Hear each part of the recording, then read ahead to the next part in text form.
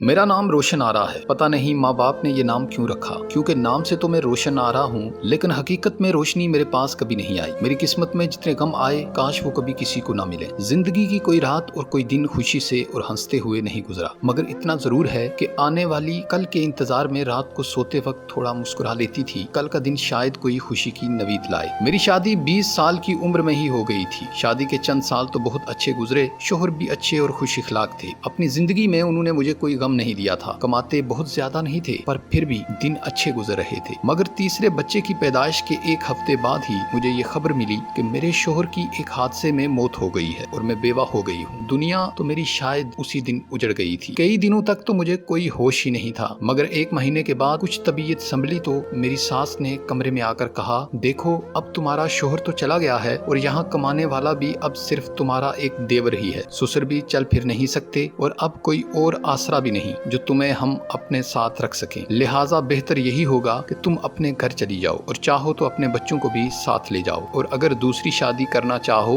और रुकावट हो तो बच्चों को किसी भी यतीम खाने में भेज देना। मुझे सास की ये बातें सुनकर बहुत हैरत हुई कि अब ये लोग भी मेरा बोझ नहीं उठा सके। तो मैंने उनसे कहा, माँ इस घर में तो मेरे शोहर की यादें हैं और वैसे भी मैं आप पर बोझ नहीं बनूंगी, क्योंकि मैं सिलाई कढ़ाई तो जानती हूँ। मेहनत करके अपना और अपने बच्चों का पेट पाल लिया करूंगी। आप सिर्फ मुझे इस घर में रहने दें। रहा सवाल शादी का, तो वो मैं अब नहीं करूंगी। ये बच्चे ही मेरा सहारा हैं। कोई दूसरा बाप इन्हें हकीकी प्यार नहीं दे सकता। मगर घर वालों ने मेरी बात न मानी और मुझे कहा, तुम 3 दिन के अंदर अंदर फैसला कर लो ताकि हम यहाँ से चले जाएं, क्योंकि अब इस मकान को बेचकर तुम्हारा देवर कोई छोटा मोटा काम धंधा शुरू करेगा। मैंने जब ये सुना तो मेरा दिल गमों से भर आया। तब मैंने कहा, ठीक है, जब आप मुझे रखना ही नहीं चाहते तो मैं 3 दिन भी रुक कर क्या करूंगी। लिहाजा मैंने अगले ही दिन वो घर छोड़ दिया और अपनी माँ के घर आ गई। मैं माँ के घर में कुछ ही दिन रही थी कि भाभीयों ने मेरे भाइयों के कान भरने शुरू कर दिए। रोशन आरा के बच्चे हमारे बच्चों को मारते हैं, इन्हें खेलने नहीं देते। हालांकि मैं अपने बच्चों को अपने कमरों में ही बंद रखती थी। ना तो उनको मेरा कोई भाई खेलने के लिए बाहर ले जाता और ना वो मोहल्ले में बाहर निकलते। बस ये बेचारे यतीम आपस में ही खेलकर कमरे में ही थक हार के सो जाते। आहिस्ता आहिस्ता मैंने अपना कुछ जेवर बेचकर एक सिलाई मशीन ले ली और मोहल्ले से सिलाई का काम मंगवाना शुरू कर दिया। अल्लाह की रहमत से मेरा काम लोगों को पसंद आ गया।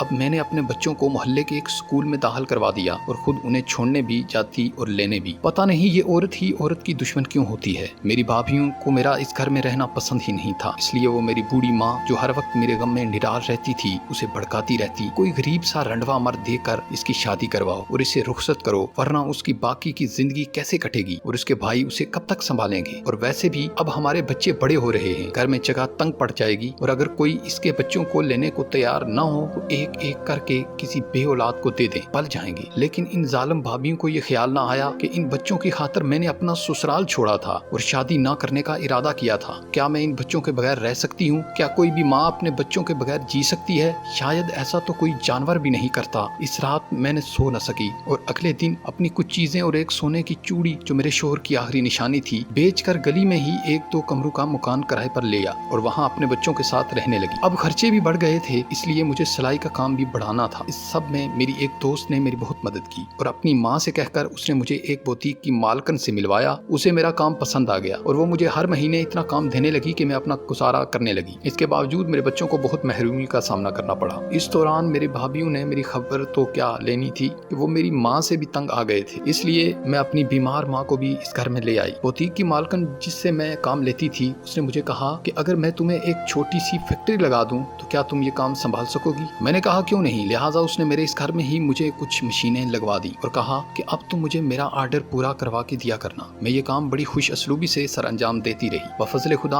आज मेरा एक बेटा मेडिकल साइंस का फाइनल इम्तहान दे रहा है, दूसरा बेटा बैंक में मुलाजमत कर रहा है और बेटी की शादी होने वाली है। मेरे बेटे कहते हैं कि माँ अब ये काम छोड़ दो, लेकिन मैं ये काम नहीं छोड़ूंगी जब तक मुझ में हिम्मत है। अपने लिए कुछ रकम और कफन खरीद रखा है। न जाने मेरी माँ की तरह कब मैं मेरे बच्चों पर बोझ बन जाऊं। आज मेरी माँ जिंदा नहीं है और अब मुझे भी मरना है, लेकिन खुदा का शुक्र है कि मेरे बच्चे नमाजी हैं और मेरा बहुत एहतराम करते हैं। बस मेरा दूसरी औरतों के लिए यही पैगाम है कि वो कभी भी किसी मोड़ पर हिम्मत ना हारें, कोशिश करती रहें, क्योंकि हिम्मत करने वालों का साथ खुदा जरूर देता है।